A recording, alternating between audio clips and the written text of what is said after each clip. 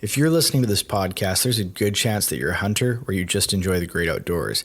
If you value your ability to hunt, now is the time to step up. There have been countless efforts to vilify hunters and denounce the legitimacy of the science-based wildlife management model. There's no science to this stance, and it is solely emotionally charged.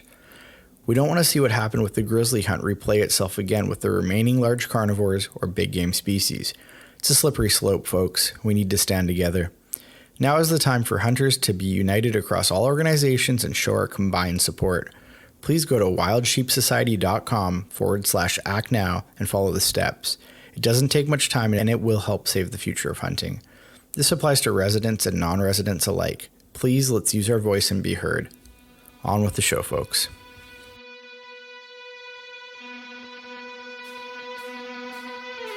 This is episode 19 of the Wilderness Locals podcast. On this episode, I chat with Greg from Wild Sheep Society BC about their latest call to action, what they have going on, and a unique story from Greg. This podcast is brought to you by Kafaru International, the toughest hunting gear on the planet, bar none. Frontiersman gear, high quality, completely custom handmade knives made in the heart of the Peace Country. And as always, we're brought to you by Just Shooting Arrows, BC's premier archery shop.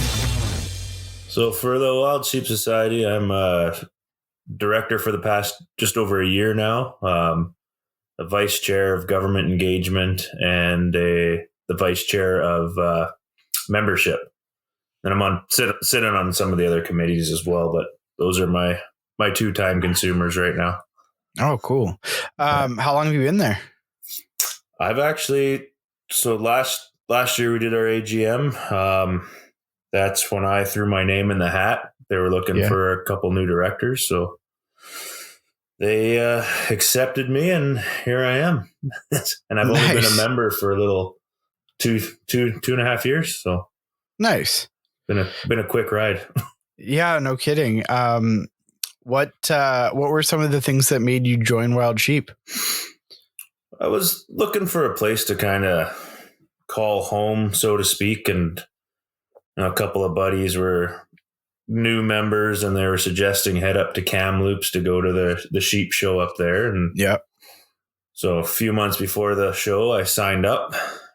It was $50 or $60, and then went to the show, sat in on all their meetings, and it's like, man, these guys, they're putting their money where their mouth is, and the feats they were accomplishing with such little membership was incredible. Yeah. Like even if you look at this past year, we put over $250,000 back into the mountains with less than 1,000 members. Like it just, they were doing awesome. Everything right. So yeah, it wasn't it. I can't remember the stat. I mean, there's a stat that's at the beginning of every journal podcast for Beyond the Kill. I can't remember the stat that Yankee says there, but it's crazy. It's crazy how much you guys get done with how little you actually have to work with. Yeah, we've got incredible membership, and the volunteers is just unreal family to be a part of. That's for sure. Yeah, I'm a member. I'm just like I'm like the really crappy family member that like doesn't show up to the family reunion and like doesn't send a Christmas card, but I do send my money. So well, that's all that really matters, right? As long as you get that money in the card, we're happy. Hey, and I'm on here screaming about stuff too. So I hope that maybe I'm pulling my weight. I'm not sure. Yeah, no, seeing you share since this all started has been awesome. So yeah, so that's a good appreciate that. Right on. That's a good segue there. I do want to get into some sheepy stories and hear about you, Greg, and some of the Wild Sheep Society initiatives that are going on right now and in the future. But kind of what connected us was your guys. I don't know what's the official name for it, like your Act Now campaign. Yeah, that's the best way to put it. It's the Act Now campaign. Yeah. And the listeners of this podcast will know about it from the, 20 seconds at the start of every single one of these. I urge everybody to go to Wild Sheep and fill out their information. But maybe let's talk a little bit about what that's about, what that stemmed from. And Okay, well, let's dive into this. So there's organized efforts out there right now by multiple groups to try to take away our privilege for hunting large carnivores. Yep. They're mainly focusing on wolves, cougars, and black bears. There's mention of bobcat and lynx in one of the petitions going around. Yeah. And then there was a scary one for us where they've labeled mountain sheep and elk as trophy hunts. Yeah, and that was a paper that came out through University of Victoria guy, right? Yeah, there's a few authors on there, but there's one kind of main guy. Yeah. And then so that's what got us with that is when the grizzly bear hunt, when that was getting shut down, it started as just labeling a grizzly bear hunt as a trophy hunt. Yeah. So it's like, oh man, here we go down this rabbit hole again. So then what we're trying to do with this campaign, we're just asking for all hunters and everybody to kind of unite and stand together. We've got if you go to our website, the www.wildsheepsociety.com/act now, it'll take you to a page where you autofill a letter that will be sent to various people in government. Yep. And it's kind of our easy one for you. Try to make everybody's life easy. There's a drop down tab to fill your name, phone number, email address, and then you just a list of the MLAs show up, and you just click on your MLA, and it'll auto populate the letter and go to a bunch of people. We can go over that list if you want. There's a mouthful in there. It takes all of 15 seconds to do. It's stupid fast, and it's like, send it to your mom, send it to your grandma. Could you guys please fill this out for me? Yeah, exactly. And, the sending in the physical letters too, it means a lot more to a lot of these people. So yeah, we've got even a form letter you can download and print off yourself, and then fill it in. And then we're encouraging everybody to go meet their MLA in person just to continue the engagement. And we know from past experience that's the most effective way. And a couple of people that are advising our committee are saying, you got to just knock on their door and make them talk to you. So. Yeah. I mean, I noticed quite a few guys are getting responses back already too. I know the Chilliwack MLA fired back his they're kind of doing mass responses to the email ones, but the Chilliwack MLA fired his back and seemed pretty supportive, which was cool. Yeah. So some of the few I've seen on social media, the people sharing that they've got back, they've all seemed to kind of be in the right direction for us anyways. Yeah, for sure. Ronnie, my hunting mentor, he's a Wild Sheep Society Life member, and he got his back this morning too, which is cool. Oh, perfect. Yeah. I mean, I guess kind of some of the stuff we should touch on this is like sort of why are we in this mess for one? And outside of petitions, what are some of the things we can do to kind of stay on the right track? I know that's a loaded question, right? We can go on forever about that. Oh yeah. I've got a feeling. It's more of a personal feeling on this. There's a lot of people that just don't think it's socially acceptable to hunt these certain animals, and they're the cute and cuddly animals, and they can relate them to their dog or the teddy bear, and but every one of those hunts serves its purpose. Predator management, and that's pushed on us by our biologists of the province. It's all science based. They want you to take those animals, and and throwing cougar and black bear in those categories seems absurd to me, because they're delicious. That's great table fare. Like my family goes out every year in May. We take time off. We go up north. We go after black bears. Yep. Yeah, us That too. holds us through to the fall. So Yeah. I mean, I think that term trophy hunt is also interchangeable with conservation hunt, right? oh, definitely. And then the term trophy hunt is it's getting a bad rap. A lot of Yeah. people just associate trophy hunt as you're not eating it, you're just killing it for fun and to Yeah. throw something up on your wall. That's every animal I've ever shot I consider a trophy. Whether Well, it's the tiniest mule deer from when I was 11 years old to the biggest caribou. Like, it's just, yeah. every single one means something to me. Well, I'm sure most hunters feel the same. Yeah, like I was just telling you, I was just talking to Doug Duran earlier today, and we were talking about, the rack that ends up on your wall, and it's like, I don't think I could bring myself to not put it up on the wall and kind of remember that hunt and honor that animal, or however else you want to word it, right? But I don't have it in me to throw that thing away. That's crazy. Yeah, I could say I got the same problem. You're right, right. You go into my garage and they're stacked up on the freezer or up in the. It's just they're there. They're not on display for anybody else but me, but they're there. That's takes me back to my memories when every animal's got a story to tell. It's not just yeah, for sure. I mean, I don't want to kind of name names here, but there was a chick in the news recently over on the island that caused all kinds of headache for us through social media. I think that's something that a lot of us could maybe work on too. And I don't know if you heard the podcast I just did with Mark Hall, the hunter conservationist, and he raises a really cool point about, maybe we make some of these posts tell the story more than just the grip and grin at the end of the hunt, right?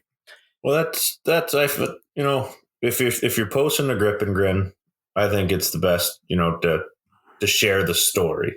Yeah. Why are you so happy that you're holding that animal is what a lot of people need to see. Yeah. Sure your hunting buddies or people that understand hunting, they know why you're doing it, but the public platforms, a lot of people just don't understand the work and the effort and holding that animal's table fare, you're feeding your family, or however many years you've put in work to take that animal. It's something to be proud of in my books. But yeah, definitely, if it's public platform, you should be given a story, is my opinion. Yeah, mine too, really. I mean, I think the way Mark worded it too is very similar to what you just said. He said something along the lines of like, look, as hunters, we know, like, you post a picture of a sheep or a caribou or an elk or whatever, we know what that took. We know that you climbed that mountain, you spent 8 days back there or whatever, and you got it done. And we know that there was blood, sweat, and tears involved, but to the average person, they have no idea. They think you might have hopped off of a city bus and shot that thing from the highway. Yeah. They don't know, right? They don't know the story, and they don't. Not that, I mean, I don't know. It's kind of a slippery slope between justifying ourselves and then also doing what's right long term for us, right? What's best for the community to keep this stuff going. Yeah, no, I agree with you there. Living in the lower mainland, you get to hear it all. There's a lot of people that they like to think we just, once you get past Hope, you're just driving down a road and you're shooting stuff. I wish it was that easy sometimes, but no, definitely not. No kidding. So I mean, that goes into a lot of what that dude that we were just talking about that wrote that paper was saying about, the social license contract. And I mean, as skewed as that paper was, when you start to pick it apart, you kind of realize that this is a kind of a document designed to be part of, death by 1,000 cuts, or however you want to word it. Right. But there is some merit to the side of like, hey, like the image that we put out to the public, their perception's their reality, right? Oh yeah, no, for sure. There's I'm not going to argue. There's some truths in that paper for sure. Yeah. And you see it all the time. You get the guys standing over a pile of dead animals, and there's no story. It's just them. Look at what I did. It's like, oh, well, maybe you want to share why you did that. Maybe you're protecting a bunch of cattle farms because these guys Yeah. are losing $1 million a year or something. Something along those lines. It's not just look at me. I'm killing for fun. So yeah. I mean, I think it's pretty. I think it's pretty black and white when guys are using common sense, what they should post and what they shouldn't post. You know what I mean? Yeah. I would hope it was common sense.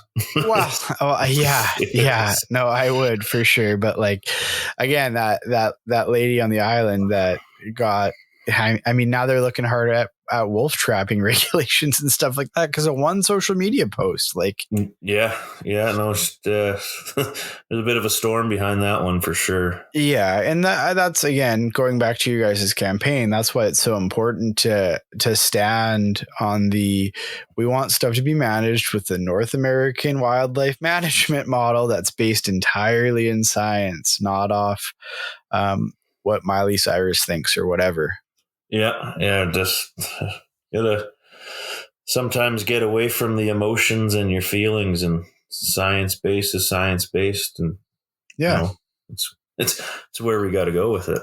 For far sure. too long we've played such a role in predator management that we pull the plug now, it's going to be devastating effects to our wildlife populations. Like one of our longtime standing members of the society, he threw a question that I've been stealing from him quite a bit, and it's, do you want to continue to see wildlife on the landscape? And if you do, wildlife needs to be managed. Yeah. So it's truth. Yeah. One that I get all the time from, people, I should back up. I find myself often in these conversations kind of on purpose with people that are not in our realm, not even in our wheelhouse, like some of these hiker type people and stuff like that. And they go, oh, nature will just sort itself out. You hear that one all the time, right? Nature will sort itself out. Like, but nature didn't design there to be fire roads and fire cuts and trails and all this stuff cut into the landscape. Like it sure gives all these predators routes into these places, right? Yeah. You even look at, say, Jasper National Park. Yep. They closed down some of their trails that go into caribou country because they don't want the snowpack down because it creates highways for the wolves to go back there. Yeah. So, as simple as that. If you're enjoying the outdoors, you're playing a role in it, no matter what you think. Yeah, I think another interesting component too is like, at least for me, like I want to see all the animals on the landscape. I want there to be grizzlies, I want to see wolves. I don't want to see a ton of wolves. Like I'd like to see more elk than wolves, obviously, but I want to see wolves, I want them to exist, but I don't know if you should go releasing them back into Estes Park, but I want them to exist. You know what I mean? And I think that's an important point too, that, really pisses off the non-hunting public when you see people online. They're like, total pack elimination's the goal. You're like, what are you talking about? Yeah, what's the other one? Smoke a pack a day. Yeah. So it's like, okay, guys. Yeah, easy. Calm down. You're just pissing people off. Like, I think some people do it to be antagonistic in the first place, though, too, right? Oh yeah, they're bored, and online you can be a keyboard warrior and get away with it, right? That's true. There's no repercussions except for, I guess I'm gonna have to block that person now. Yeah, and I guess like part of the drum that I've been banging is just like, if you're online and you're a hunter, like try to be the picture of hunting that you want people to see. That's kind of what I've been saying, and I hope it's helping. Yeah, but I think I don't know if you're aware of this, but we got a group on social media it's got over 25,000 members, and it's a hunting and fishing group. Yep. And we've had it since 2007. And, some of the stuff that people try to post on there, we've had to switch to, we have to approve your posts now, because some of the images you're getting, and we know there's anti-hunters in there because the images pop up other places. Yeah. But it's like, come on, we're being our own worst enemies when it comes to social media, for sure. Yeah. Yeah. And like, I mean, I think if people wanted a good example to follow, just look at your page, your Instagram, your personal Instagram is like, it's pretty well what you would expect if you wanted to see the example that you should follow, right? Well, I appreciate that. I try to hold myself to a higher standard than some people. So yeah, no, it's awesome, man. Yeah, so I mean, I think that kind of gets the point across about sort of what's going on, and kind of really what's sort of kind of fueling the fire in some way with these guys that are sort of pushing really hard right now with all the petitions and stuff that they're doing. yeah. What other initiatives right now does Wild Sheep have on the go? I know you guys are involved in a ton of science-based management to keep sheep on the landscape, right? Just this past week we were up. I say we, but I wasn't there. We weren't there. We just funded or helped fund capturing wild sheep in along the Fraser River, and testing them for Movie. And last year our counts in there on the herd that we captured and tested and treated the sick ones. We went back every month last year throughout the summer and just watched the lambs, and the lamb retention was amazing. It was over 90% lamb retention, which is unreal, because we've got herds in BC of bighorns right now that have 0% lamb retention. Oh, wow. So it was definitely a feel good few months there. Every time we went back, it's like, awesome, the lambs are still there. And you go back again and they're still there, and you're just like, oh man, we're doing something, because it was kind of the first project of its kind. And so it was big for us, that's for sure, and big for wildlife in BC. That's that area along the Fraser that doesn't have a season anymore, right? There's LEH there, and I think there might actually be a full curl season there. Oh, okay. So a little farther south than I'm thinking then. That's cool. How long have you guys I'm not 100% on the full curl season, to be honest. I know there's guiding for them there, so that's okay. I can look. How long have you guys been in that area working? It's been not very long, actually. It's only been a couple years. Trying to think, 2019. Oh, wow. Was when we started there. And so far, we've put 24,000 into it,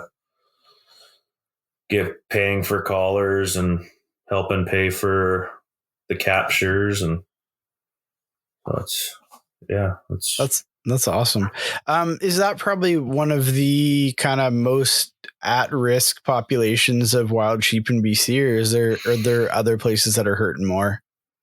There's some places over in Region 8 that are doing pretty bad. Oh, really, eh? We don't have anything approved to do in some of those areas. But,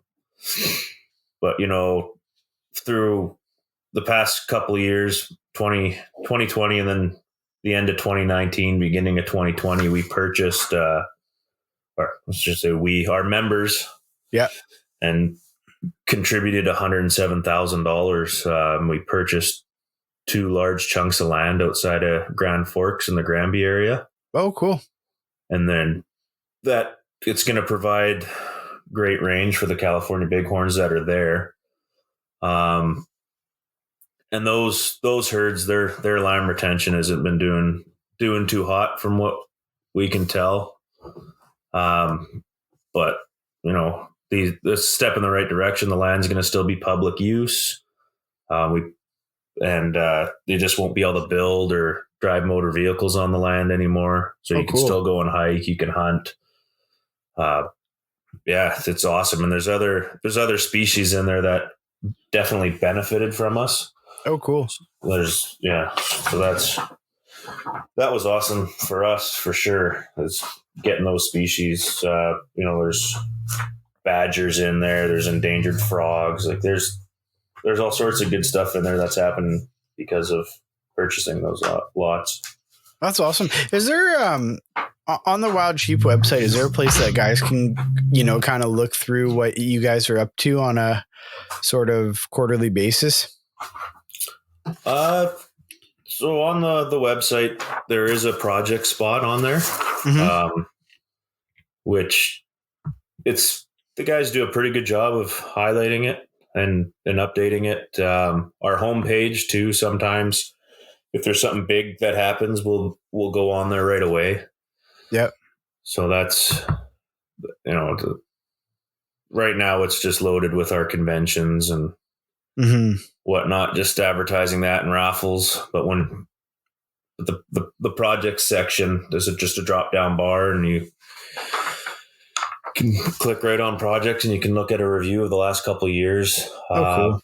Also, if you sign up for our e-blast, which is quarterly, you'll get updates of what we're doing on there, any raffles, projects, all sorts of good stuff. We share who our latest life members are.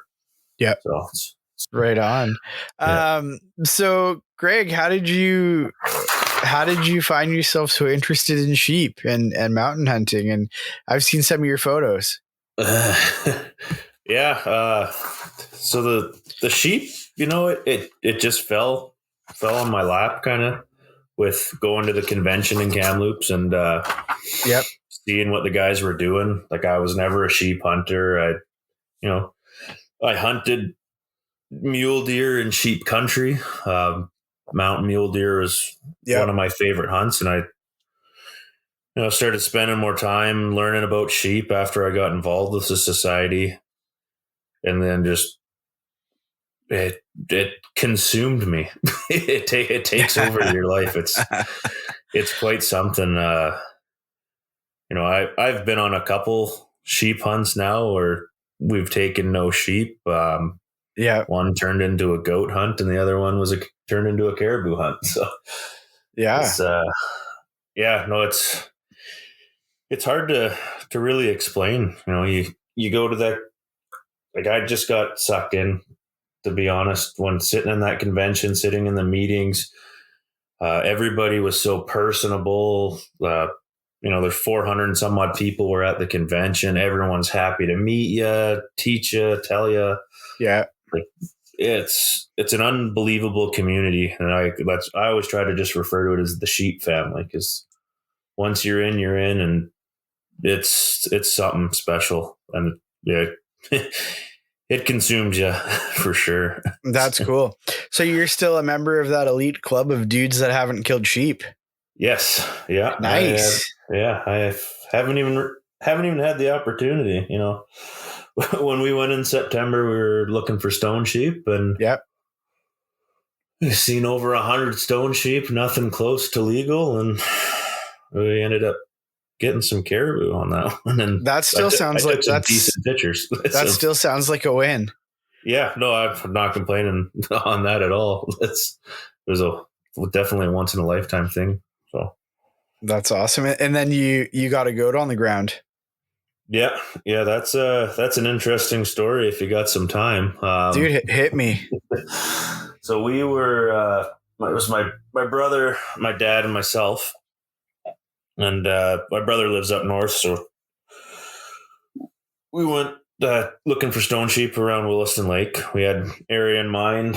We had a couple areas in mind just in case it didn't pan out. And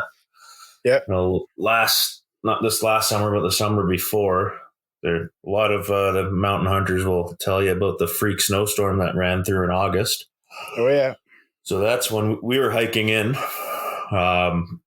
We're not too far, maybe 10K from the truck. And then the storm hit and everything got soaked before we could get cover.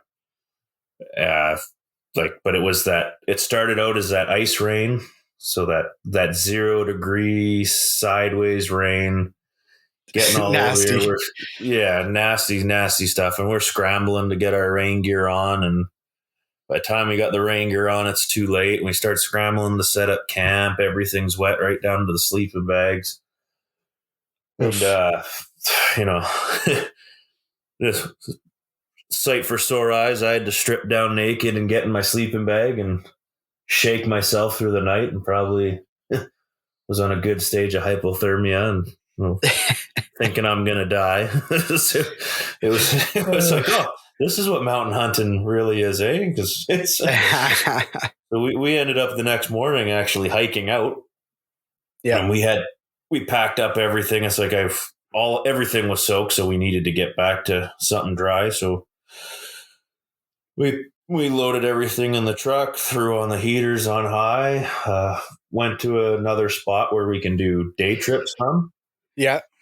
And my dad hurt his ankle on the hike on the first night, so I'd say it's probably the equivalent of doing like the grouse grind every day from base camp. So my dad would walk the valley, and he was glassing up, and he had his opportunities at things. And my brother and I we kept going up the hill, and we were seeing goats every day. It was something like 85 different goats on the different hillsides. Nice. It was nonstop goats.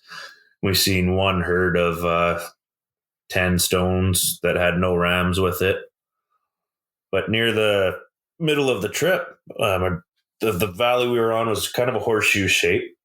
My brother and I were on top of one ridge, and we're watching back over at the other ridge, and we're watching these goats all day. And, we're looking, thinking of making a play just to get closer to see if we can pick the billy out, because we were still a few K away. And there was a couple that we were pretty sure were billies, but, we weren't in a rush yet at this point in the trip, and we hear a gunshot. I was like, oh, weird. And we watch one of the goats drop, and it's like, oh, good for whoever hiked into here. And so we're watching, and then we see this person show up, and they go up the cliff, and the goat takes off, and it's like, oh, because we watched the goat drop instantly, and then I guess they couldn't find it or what happened there, and they took another goat, the person, and we're like, oh, well, that's not cool. So my brother and I were both big dudes and pretty dumb sometimes. So we're like, you know what? We're gonna go confront this guy, being 4K away, and we're not in the best of shape, people. I'm cartwheeling down an avalanche chute, trying to get down the hill as fast as I can, losing my gun, smashing everything, emptying my backpack. It's like into the brush, all piled up at the bottom. Just a gong show, to be honest. Yeah. So by the time we get over there, the guy's gone. He's taking his goat. It's like, yeah, that's not cool. So we found my dad, because he heard the shot, and he was coming up the valley, and the valley had a nice little creek on the bottom. Yep.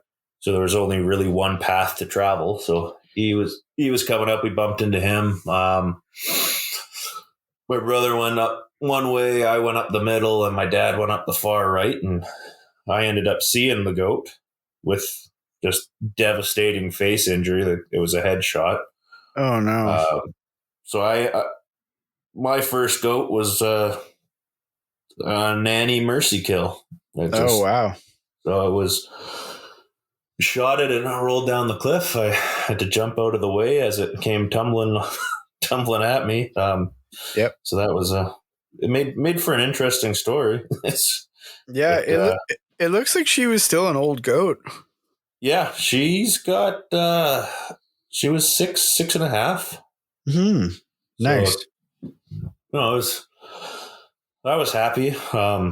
Was able to end its suffering caused by somebody else who just didn't want to put in the effort, I guess.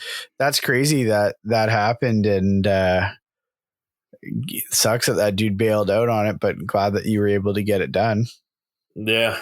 No, it was awesome. We got the goat back to camp around midnight, 1 a.m. We threw ribs on the fire, barbecued some liver on a rock. It was probably the best meal I've ever had.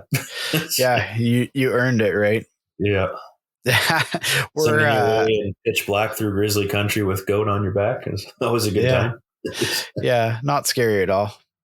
No, it would be lying if we said we weren't singing and making noise as we were hiking.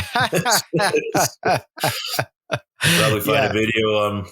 Might be on there. If you turn it up, you could hear my brother singing while we're hiking. I'll have to look. Oh man, yeah, we're doing a archery goat hunt this August, so I've been all keen on hearing all the goat stories and talking to Nick Treeherne, and Nick Treeherne, all he cares about is goats. So I'm like, tell me another goat story, Nick. I can't wait. Yeah, they're an addicting animal. It's a wild hunt because their terrain they're in, and then the beauty and the grace of those animals as they're just skimming across the rocks on the cliff faces, and watching the kids dance around the mom, and you're like, how are they not falling? They're playing on cliff faces. It's wild. Yeah, no, they're incredible critters, and I said it on a podcast recently. Like, whenever you find goats, wherever you are, it's like, I mean, at least for me, I get completely derailed and can't do anything else but hang out and watch them. Yeah, it's doing the same thing, just mesmerized by those animals. That's like sheep though too, man. Like, whenever I stumble into a band of sheep or something when I'm hunting mule deer, it's like, okay, I'm going to spend at least an hour looking at these things through the spotter, every time. Yeah, no, they'll get you. Yeah. You can watch. I could watch sheep forever. It's the same thing. They just watch them interact with each other, and they're same scenario. They're playing on the cliff sides, and they're running up rocks, and they're bouncing around, and you're watching the youngins do some crazy acrobats, and it's just get me all excited thinking about it. Oh yeah. Me and my hunting partner Chad, when we were on the way to Alberta last year, we stopped for a afternoon elk hunt in the kind of northern Kootenays, and we found some Rockies, and there was a nice full curl Rocky, and it was just so happened to be a unit that there was no full curl season in. Oh, perfect. Yeah. So we still spent, I don't know, Chad will probably know, but like probably a good 2 or 3 hours, just like, dude, like, just like, like the perfect Rocky, right? It was cool, man.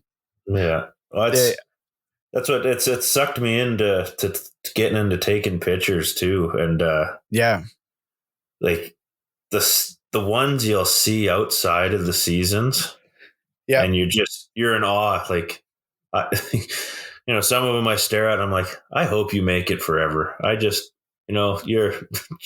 a beautiful creature that's living on the side of a highway. And it's like, I don't know how you live every year. And I'm taking pictures of you from my truck right now. Like, but you're here. Yeah. It's like, awesome. Are you using a crazy telephoto lens to get some of these photos? It's not as crazy as a lot of those guys out there. I just got a 200 to 500 mil lens. I don't have a teleconverter on it.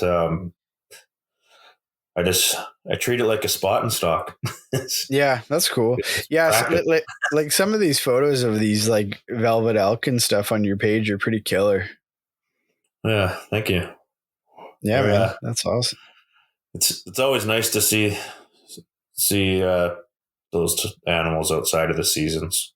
Yeah. Just every time I see them, it makes me happy. And then, I don't share the pictures as often, but the young ones of everything, the cows, the calves, lambs, kids, just seeing the healthy ones in the winter that have made it, just it gives you that warm and fuzzy feeling that things are going well in that area. Yeah, I just did our trail cam circuit with my eldest daughter the other day.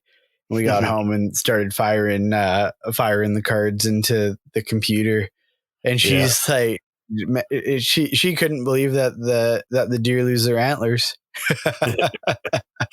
But no, it's cool. It's cool, man, watching them go through the winter and stuff, right? Yeah. So fun. Fun.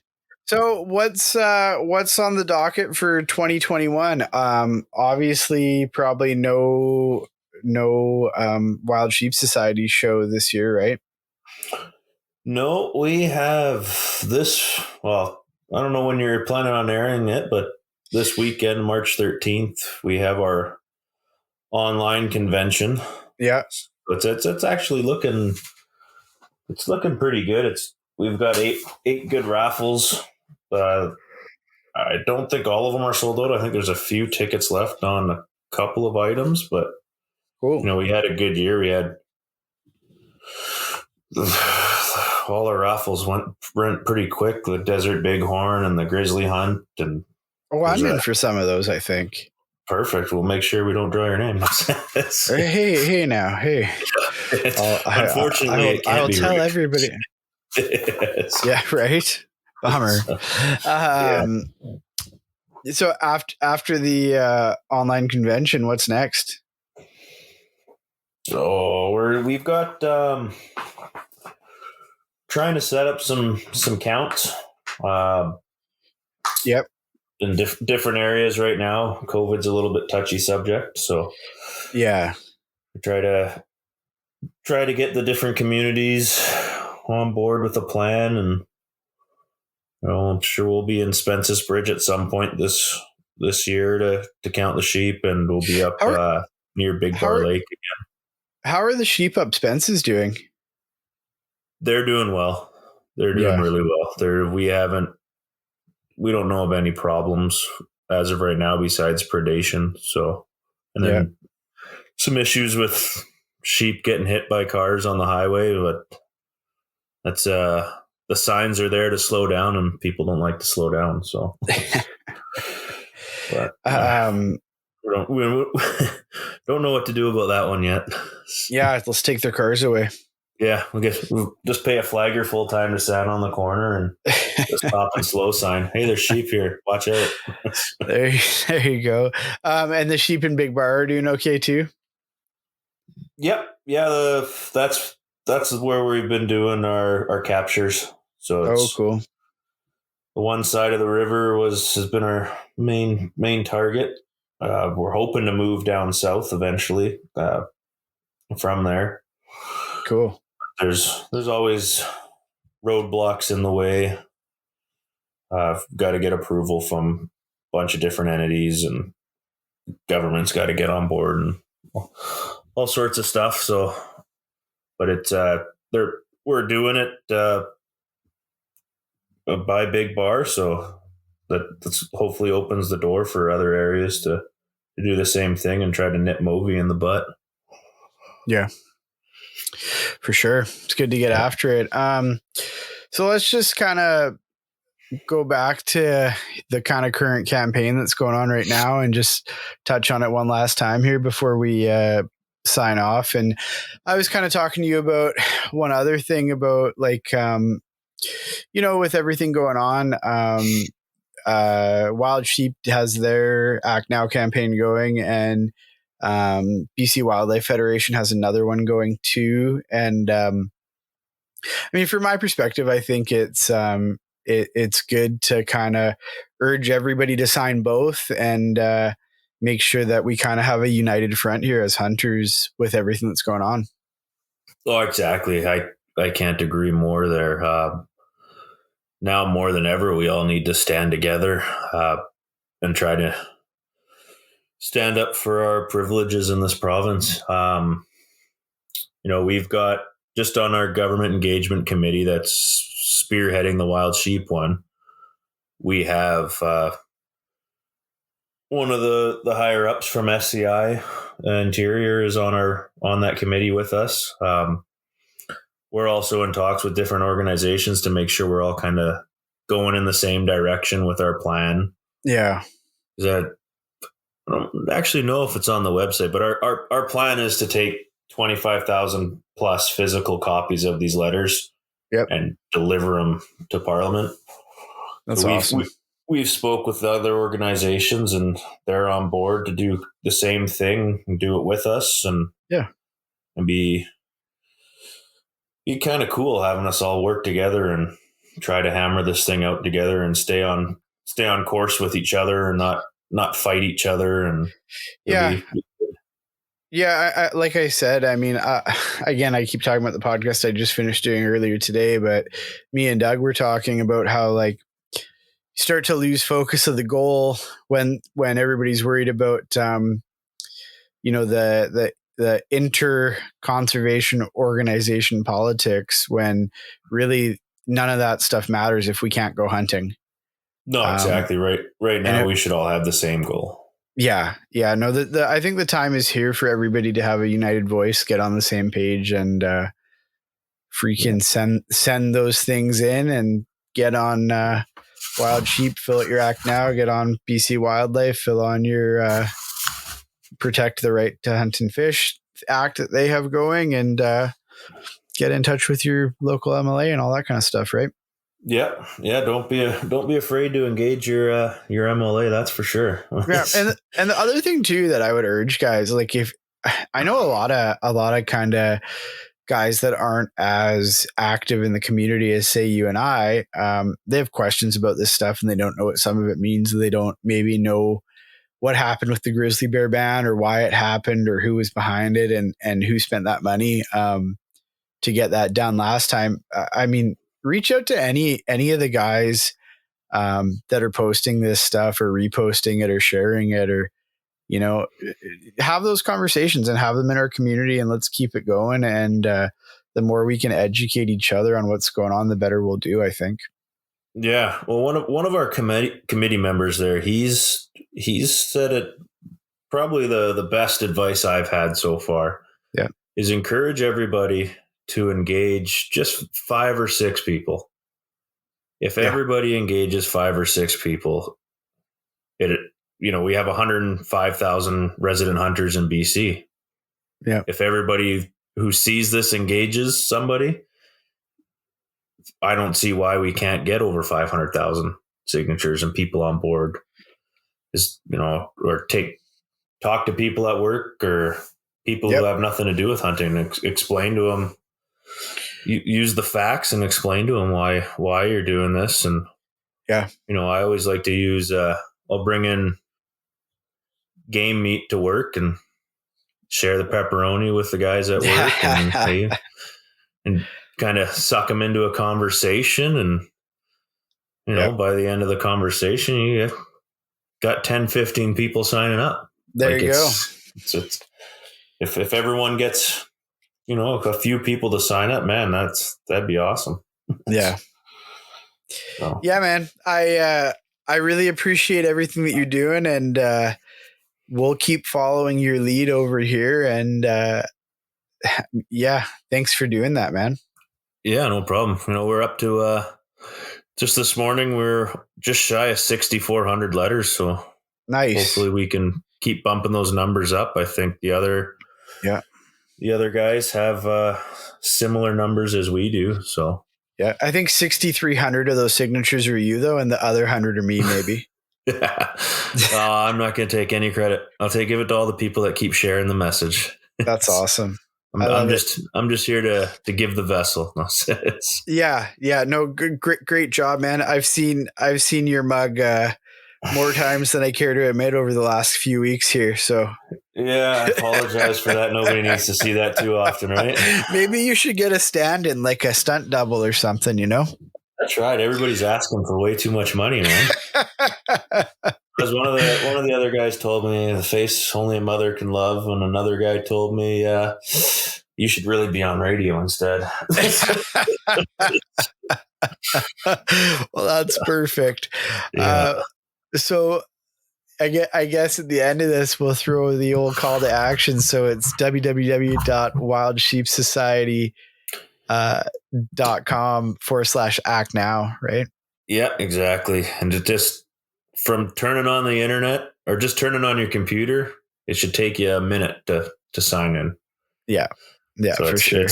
It's who can't afford a minute out of their day to support something like this, right? I mean, if they made it this far, they've been listening to us idiots ramble for 51 minutes. So they definitely have time for that. Yeah, well, there you go. Well, a lot of those videos we're putting online are longer than a minute long, and they're getting thousands of views, and we don't have that many signatures. So yeah, you wasted your time to watch the video and look at my ugly mug. Why not sign the petition or not petition, the campaign? Sorry. Oh, that's awesome. Well, man, it's been great chatting with you, and let's do this again soon. And let's do it and talk more hunting stories instead of hopefully this is in the rear view a little bit. Yeah. Well, hopefully we're looking back at this saying, hell yeah, look what we did, boys. Thanks for listening to the podcast. If you enjoyed it, subscribe and follow us on Instagram @WildernessLocals, or check out the gear at our website, www.wildernesslocals.net.